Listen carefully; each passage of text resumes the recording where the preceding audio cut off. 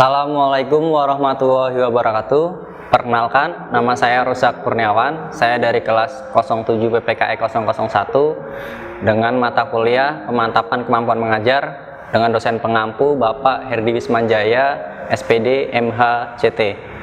Adapun mata pembelajaran yang akan saya bawakan yaitu Lembaga-lembaga negara menurut Undang-Undang NRI tahun 1945. Selamat menyaksikan. Assalamualaikum warahmatullahi wabarakatuh. Ya, apa kabar kalian hari ini? Alhamdulillah, baik ya. Alhamdulillah, Bapak juga baik. Kita lanjutkan pertemuan minggu kemarin ya. Hari ini udah mulai pembelajaran rutin lagi setelah sekian lama kita libur tidak tatap muka. Akhirnya kita bertemu lagi ini di minggu kedua. Setelah minggu kemarin adalah minggu pertama kita tatap muka pertama. Nah, ini minggu kedua. Sebelum Bapak mulai melaksanakan kegiatan pembelajaran pada hari ini, Bapak akan mengabsen kalian terlebih dahulu. Ingges, masuk ya. Matsari, masuk. Anutiana, masuk. Eskil nggak masuk. Kenapa? Oh, sakit. Ada surat izinnya nggak? Oh iya ya. Silakan bawa sini ke depan. Selanjutnya Putri. Nggak masuk juga. Putri kenapa? Oh, Alfa. Baik. Nandu masuk ya. Iya. Jadi yang tidak masuk Putri sama siapa tadi? Eskil. Baik, Bapak lanjutkan. Sebelum Bapak mulai pelajaran pada pagi hari ini, alangkah baiknya kita berdoa dulu. Berdoa menurut kepercayaan dan agama masing-masing. Berdoa, mulai.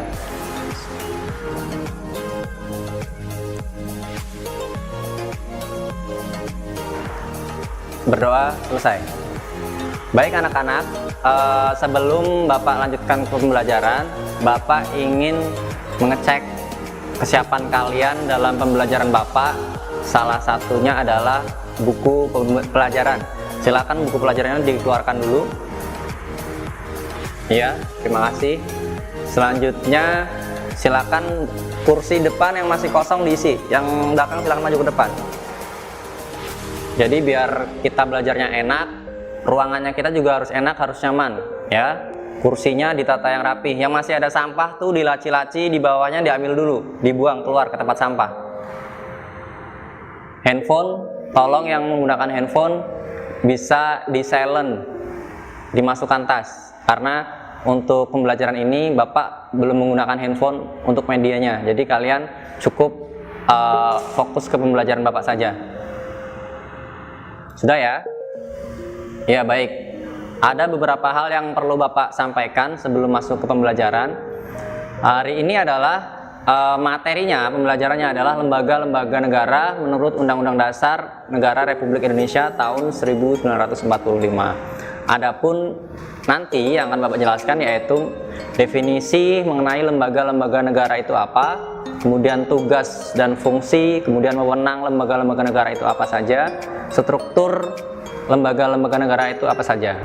Baik, selanjutnya Bapak akan menyampaikan tujuan pembelajaran. Ya, tujuan pembelajaran itu ada 3 yang akan Bapak sampaikan. Yang pertama, harapan Bapak, kalian semua mampu mendeskripsikan lembaga-lembaga negara menurut Undang-Undang Dasar Negara Republik Indonesia tahun 1945. Jadi kalian itu bisa gitu mendeskripsikan atau mendefinisikan apa sih lembaga-lembaga negara itu apa, lembaga negara A itu apa, lembaga negara B itu apa, itu kalian harus tahu pengertiannya, definisinya, bisa mendeskripsikan, menjelaskan. Itu ya, itu yang pertama.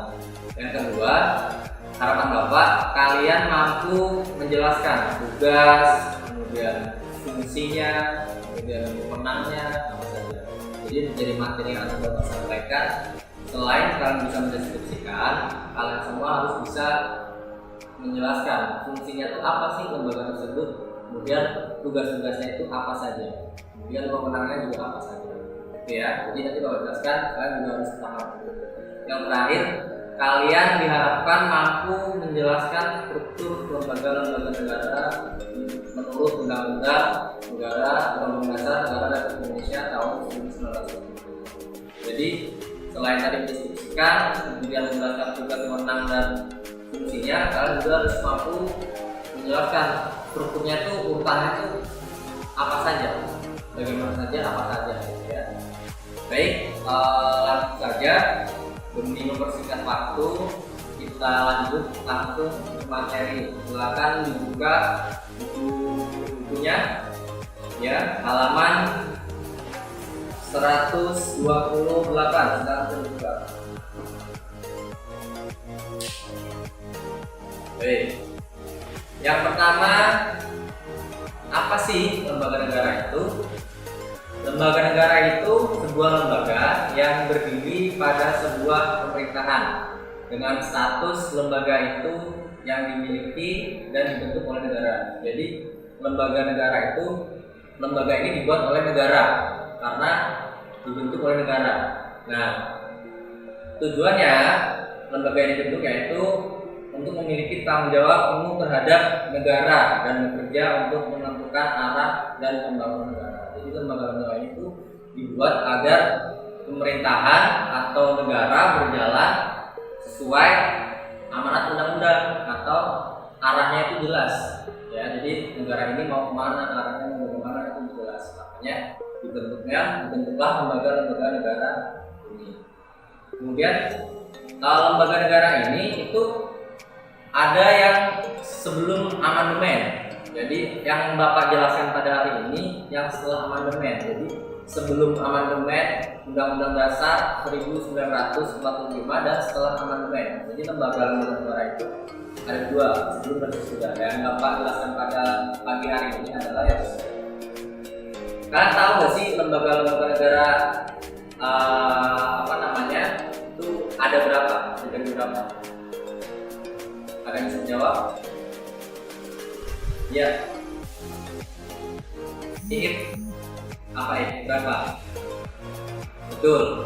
Ada 8 ya. Nah, itu 8 itu dibagi menjadi 3. Jadi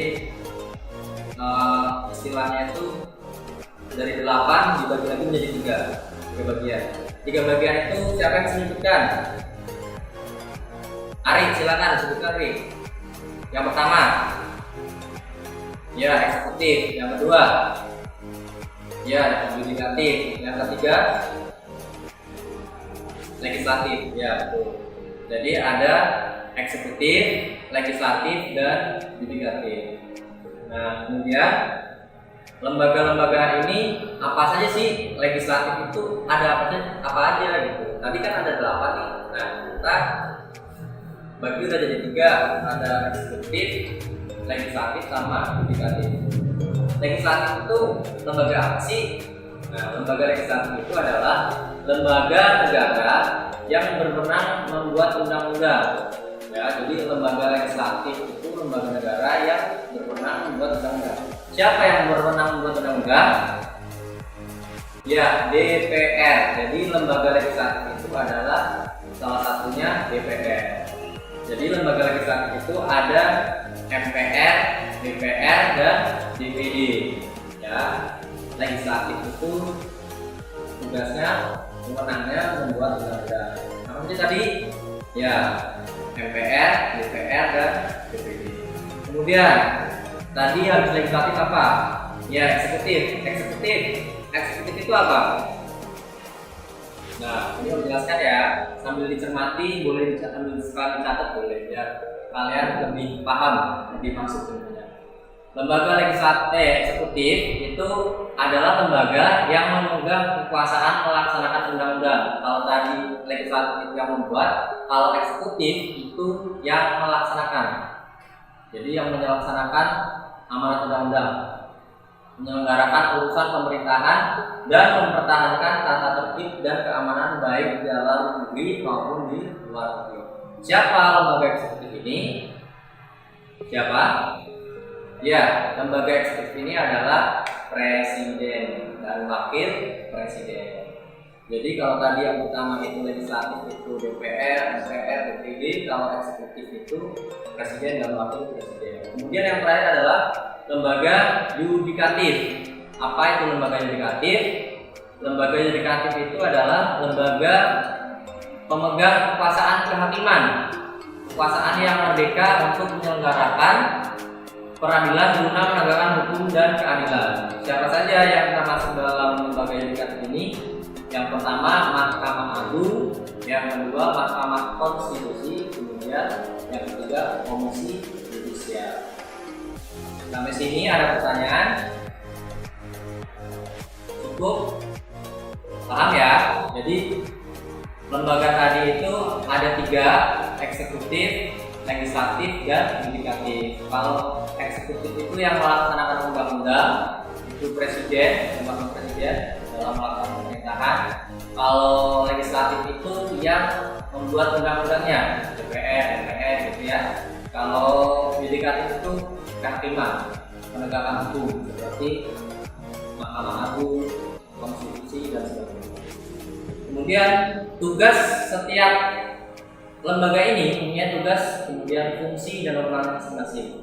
Berdasarkan Undang-Undang Dasar Negara Republik Indonesia tahun 1945, sebagaimana Konstitusi Indonesia mengatur keberadaan lembaga-lembaga negara mulai dari tugas, fungsi, wewenang sampai pada susunan dan kedudukannya.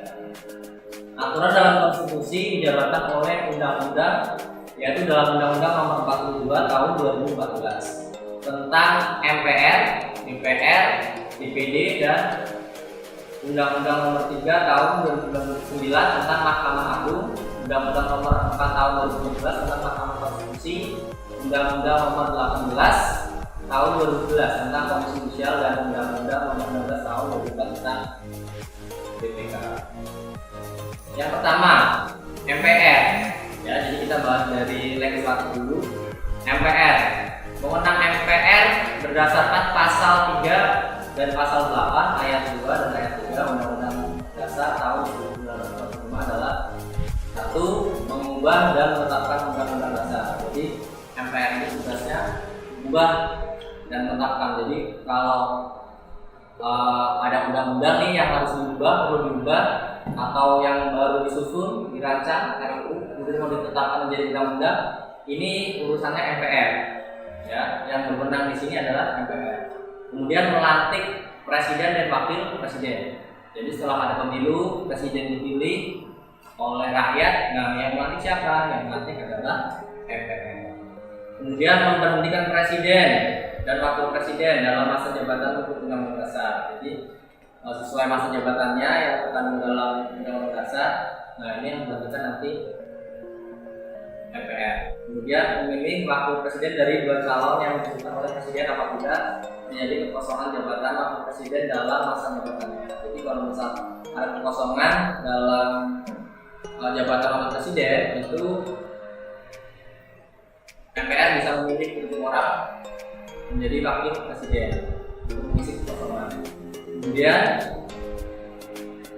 selanjutnya MPR ini mempunyai atau anggota MPR ini terdiri dari DPR dan DPD.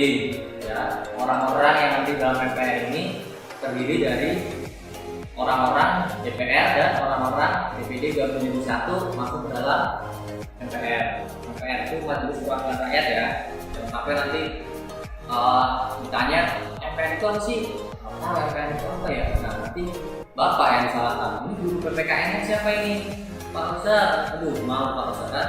Jadi kalau ditanya tentang DPR itu apa, singkatan dari apa? DPR itu Dewan Perwakilan Rakyat. MPR itu apa? Majelis Permusyawaratan Rakyat. Ya, jadi jangan sampai kalian ditanya nggak tahu. Nah, itu ya. Tadi MPR terdiri dari DPR dan DPRD. Pasal 2 ayat 1 Undang-Undang Dasar 1945. Kemudian anggota MPR ini jumlahnya berapa sih? Jumlahnya 550 anggota DPD dan berjumlah sebanyak 4 kali jumlah provinsi anggota DPD. Itu tertuang dalam Undang-Undang Nomor 22 Tahun 2002. Nah, tugas dan wewenang MPR tadi Bapak sudah menjelaskan ya. Kemudian selanjutnya ada DPR. Kalau tadi kita udah MPR, sekarang DPR, Dewan Perwakilan Daerah. Pasti nggak asing ya dengan DPR. Kita sering dengar berita tentang DPR, tentang itu membuat undang-undang yang nggak pro rakyat atau sebagainya. Nah, kita sebagai generasi muda harusnya belajar untuk pendidikan politik saat ini. Jadi nanti pas kalian udah dewasa masuk dalam DPR, nah saatnya tuh kalian buat peraturan yang sekiranya pro rakyat, gitu ya. Nah, DPR ini pada pasal 20A dipertegas fungsi DPR itu tadi Bapak bilang legislatif ya. Kemudian legislatif fungsinya tuh legislasi, anggaran, dan pengawasan. Ada 3 fungsi DPR itu, ada 3. Legislasi itu apa sih? Legislasi itu mempertegas kedudukan DPR sebagai lembaga legislatif yang menjalankan kekuasaan membentuk undang-undang. Jadi mereka itu yang membuat undang-undang, yang membentuk undang-undang, merencanakan undang-undang itu DPR, itu fungsi legislasinya. Kemudian fungsi anggaran itu DPR punya fungsi anggaran. Nah, untuk membahas atau perancangan anggaran pendapatan dan pembelanjaan negara (APBN) dan menetapkan anggaran pendapatan, ya, ditentukan bagi kesejahteraan rakyat. Jadi kalau negara sebuah negara itu pasti ada RAPBN. Jadi anggaran, rancangan anggaran yang akan digunakan selama pemerintahan 5 tahun ke depan. Itu dirapatkan sama Presiden dan DPR. Nah, itu DPR yang atur tuh kira-kira ini uangnya benar nggak digunakan buat apa saja gitu. Fungsi anggaran itu fungsi. Kemudian fungsi pengawasan. Nah, fungsi pengawasan itu adalah DPR dalam melakukan pengawasan terhadap kebijakan dan pelaksanaan pemerintahan dalam pembangunan oleh Presiden. Jadi jangan sampai ini pemerintahan itu melenceng nih dari apa harapan undang-undang yang harusnya eksekutif ini melaksanakan tugasnya, melaksanakan pemerintahan, kok melenceng. Nah, ini nanti ya bakal muncul adalah DPR, karena DPR ini punya fungsi pengawasan. Jadi DPR ngawasi nih kegiatan yang dilakukan oleh pemerintahan benar apa enggak, gitu ya. Sampai sini ada pertanyaan? Belum ya, masih paham ya. Selanjutnya DPD, setelah MPR tadi yang pertama, yang kedua DPR, dan ini DPD. Ini masih ya legislatif ya. Nah, DPD ini memiliki fungsi yang terbatas di bidang legislasi, anggaran, dan pengawasan. Dia terbatas. Fungsi DPD berkaitan erat dengan saling mengawasi dan saling mengimbangi dalam sistem ketatanegaraan Indonesia. Kewenangan legislatif yang dimiliki DPD adalah dapat mengajukan kepada DPR dan ikut pembahasan dalam undang-undang yang terkait dengan otonomi daerah. Jadi DPD ini kan mau membuat undang-undang itu bisa mengusulkan ke DPR dan rancangan undang-undang yang seperti apa itu dari DPD, Dewan Perwakilan Daerah. Ya, jadi setiap daerah itu punya DPD. Nah, itu nanti mereka bisa memberikan usulan mereka kaitan rancangan yang akan dibuat oleh DPR. Gitu. Kemudian selanjutnya, kalau tadi yang pertama legislatif itu 3, DPR, MPR, dan DPD. Sekarang kita bahas tentang Presiden dan Wakil Presiden. Ini udah eksekutif ya, pelaksana pemerintahan. Presiden beserta Wakil Presiden merupakan salah satu lembaga penyelenggaraan kekuasaan eksekutif tertinggi di bawah Undang-Undang Dasar. Secara politik, Presiden tidak bertanggung jawab kepada MPR ataupun DPR, melainkan bertanggung jawab langsung kepada rakyat yang memilih. Ya. Jadi MPR dan DPR itu cuma kayak MPR tadi melatih ya, DPR mengawasi, tapi tanggung jawabnya sebenarnya itu siapa? Ke rakyat, karena rakyat yang memilih presiden dan wakil presiden saat pemilu, gitu ya. Nah, tugas presiden itu sebagai apa sih di eksekutif ini? Sebagai kepala pemerintahan, ya, memegang kekuasaan tertinggi atas angkatan darat, angkatan laut, dan angkatan udara. Selain itu juga membuat perjanjian internasional dengan persetujuan DPR. Jadi presiden ini mempunyai kekuasaan seperti angkatan darat, angkatan laut itu di bawah kekuasaan presiden dan wakil presiden.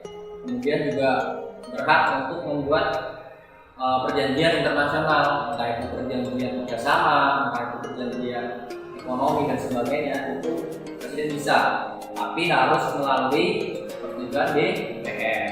Ya, jadi ibaratnya harus izin dulu ke DPR. Kalau DPR-nya udah boleh, sudah setuju, nah itu boleh dilaksanakan. Tentang mengangkat duta dan menerima duta negara lain dalam dengan persetujuan DPR. Jadi presiden ini selain perjanjian internasional dengan negara lain, mereka juga bisa mengangkat duta dari negara lain ditempatkan di Indonesia. Gitu. Tapi harus tetap dengan persetujuan DPR. Nah, tugas legislatif presiden, ya tugas presiden tugas presiden antara lain tadi yang Bapak sebutkan itu ya.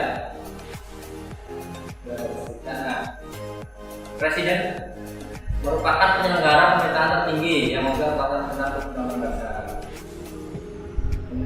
Presiden Republik Indonesia ini mempunyai kedudukan istimewa, yaitu sebagai kepala negara sekaligus kepala pemerintahan. Jadi karena Indonesia ini mempunyai istimewaan ya, kepala negara dan kepala pemerintahan itu satu, presiden. Kemudian selanjutnya wakil presiden itu siapa sih wakil presiden? Wakil presiden itu adalah pembantu presiden dalam melaksanakan pemerintahan, ya, pemerintahan sama kayak presiden. Pak Presiden juga dipilih saat oleh rakyat, jadi bertanggung jawab penuh terhadap rakyat langsung. Biasanya kalau di Indonesia sendiri jabatan presiden dan wakil presiden ini 5 tahun, ya, setiap periodenya 5 tahun, dan untuk satu orang berlaku 2 periode. Jadi satu orang itu boleh menjabat menjadi presiden selama 2 periode, satu periodenya 5 tahun saja. Kemudian setelah tadi presiden dan wakil presiden, sekarang ada lembaga. Tadi yang pertama adalah legislatif, kemudian eksekutif, sekarang yudikatif. Tadi siapa yudikatif? Iya, betul. Mahkamah Agung, Mahkamah Konstitusi, dan Komisi Yudisial. Nah, kekuasaan kehakiman ya, Mahkamah Agung, Mahkamah Konstitusi, dan Komisi Yudisial ini kekuasaannya kehakiman dalam sistem ketatanegaraan Indonesia, bertujuan untuk menyelenggarakan peradilan yang merdeka, bebas dari intervensi pihak manapun guna menegakkan hukum dan keadilan. Kekuasaan kehakiman dilakukan oleh sebuah Mahkamah Agung dan badan peradilan yang berada di bawah dalam lingkungan peradilan umum, lingkungan peradilan agama, lingkungan peradilan militer, lingkungan peradilan tata usaha negara, dan oleh sebuah Mahkamah Konstitusi. Jadi Mahkamah Agung, Mahkamah Konstitusi, Komisi Yudisial itu semuanya kekuasaan kehakiman semua, agar hukum yang terjadi di Indonesia itu bisa diputus secara adil oleh hakim, ya, oleh peradilan. Nah, mahkamah dari 3 itu Bapak sebutkan satu. Yang pertama Mahkamah Agung, atau bisa biasa disingkat MA. Ya, Mahkamah Agung adalah badan yang melaksanakan kekuasaan kehakiman. Kedudukan Mahkamah Agung sebagai pemegang kekuasaan kehakiman ditegaskan dalam Undang-Undang Dasar 1945 Pasal 24 dan Pasal 24A serta Undang-Undang Nomor 48 Tahun 2009 tentang kekuasaan kehakiman. Dalam penyelenggaraan kekuasaan kehakiman, Mahkamah Agung membawahi beberapa peradilan Indonesia, yaitu peradilan umum, peradilan agama, peradilan militer, dan peradilan tata usaha negara. Mahkamah Agung punya tugas untuk melaksanakan kekuasaan kehakiman paling tinggi. Jadi kekuasaan Mahkamah Agung atau MA ini paling tinggi. Nah, yang di bawah naungan dia atau yang biasa diurusi oleh Mahkamah Agung ini apa aja nih? Nah, itu ada peradilan agama. Jadi kalau kayak orang mau perceraian misalnya, ya, peradilan agama, itu yang harus nanti di bawah naungan Mahkamah Agung. Kemudian selanjutnya adalah Mahkamah Konstitusi atau biasa disebut MK. Nah, Mahkamah Konstitusi ini secara khusus diatur dalam Undang-Undang Dasar 1945 Pasal 24C, Undang-Undang Nomor 24 Tahun 2003 tentang Mahkamah Konstitusi, dan Undang-Undang Nomor 8 tahun 2011 tentang perubahan atas Undang-Undang Nomor 24 tahun 2003 tentang Mahkamah Konstitusi. Mahkamah Konstitusi ini punya tugas untuk mengurus tuntutan masyarakat atas kelayakan suatu undang-undang atau peraturan. Jadi kalau misal ada undang-undang yang tidak pro rakyat, kemudian rakyat mau setuju nih komplainnya atau mengajukan usulnya menolak undang-undang itu kemana? Nah, itu bisa Mahkamah Konstitusi. Dan Mahkamah Konstitusi ini juga berhak untuk mencabut peraturan yang tidak adil dan bertentangan dengan undang-undang. Jadi misal ada peraturan undang-undang yang melenceng nih dari undang-undang dasar atau nggak pro rakyat, itu bisa dicabut oleh Mahkamah Konstitusi. Atau ada orang yang nggak setuju dengan undang-undang, pengen undang-undang itu dihapuskan atau dicabut, dia mengajukannya ke Mahkamah Konstitusi.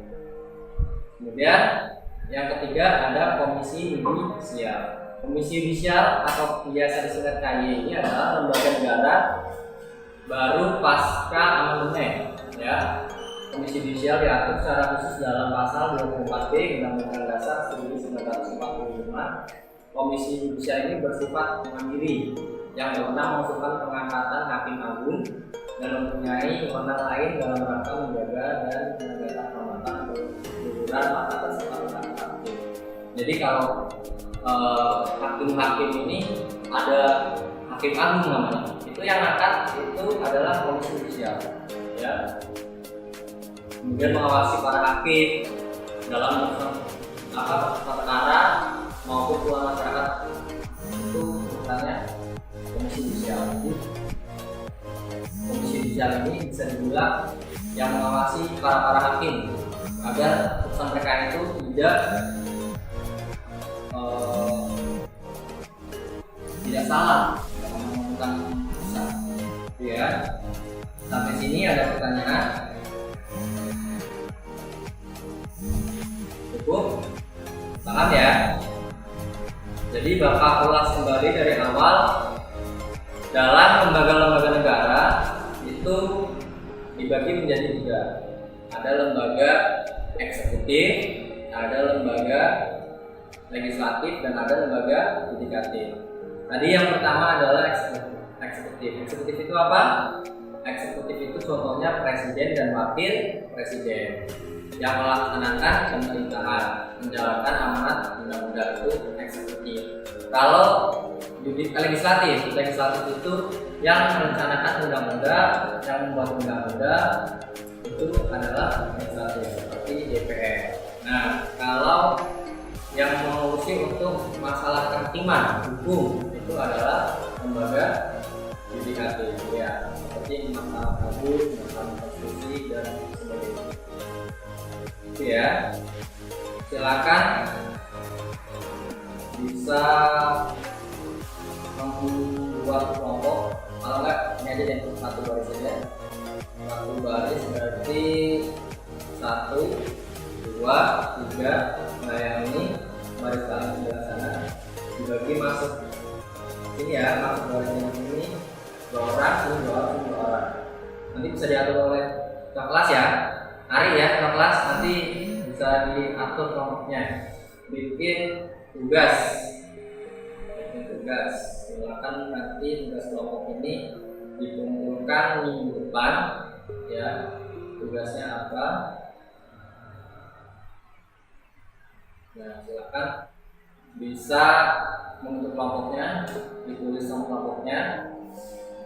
Tugasnya ini adalah yang pertama, Bapak pengen ya, kalau sini khusus berarti eksekutif ya, sini eksekutif, sini legislatif, sini yudikatif. Silakan yang Bapak hari ini sampaikan, silakan bisa dirangkum kembali, kemudian menurut para ahli, ya. Jadi Bapak tadi menyampaikan cuma sekilas, nah itu kan ada pengertiannya, ada wewenangnya dan lain-lain. Nah, Bapak pengennya yang pengertiannya menurut para ahli, ya. Kemudian dirangkum yang tadi dimaksud legislatif itu apa, eksekutif itu apa, pengertiannya seperti apa, siapa saja yang tergabung dalam eksekutif, siapa saja yang tergabung dalam legislatif, ya digabung jadi satu, kemudian dirangkum dan dikumpulkan ke Bapak Menkumham. Itu ya, karena waktunya sudah selesai, sudah bel juga, kita juga mau masuk ke ruang sebelah, ke kelas lain. Bapak cukupkan sampai sekian. Terima kasih atas perhatiannya. Bapak minta maaf yang sebesar-besarnya apabila dalam penyampaian materi pada pagi hari ini masih kurang atau masih belum paham. Nanti bisa kalian tanyakan atas kelebihan dan kekurangannya. Bapak mohon maaf, tetap belajar ya, meskipun kita masih pandemi, tetap belajar, tetap semangat dalam melakukan pembelajaran karena ini nanti manfaatnya di kehidupan yang ada. Itu terima kasih atas kurang lebihnya, mohon maaf. Wabillahi taufiq wal hidayah. Wassalamualaikum warahmatullahi wabarakatuh.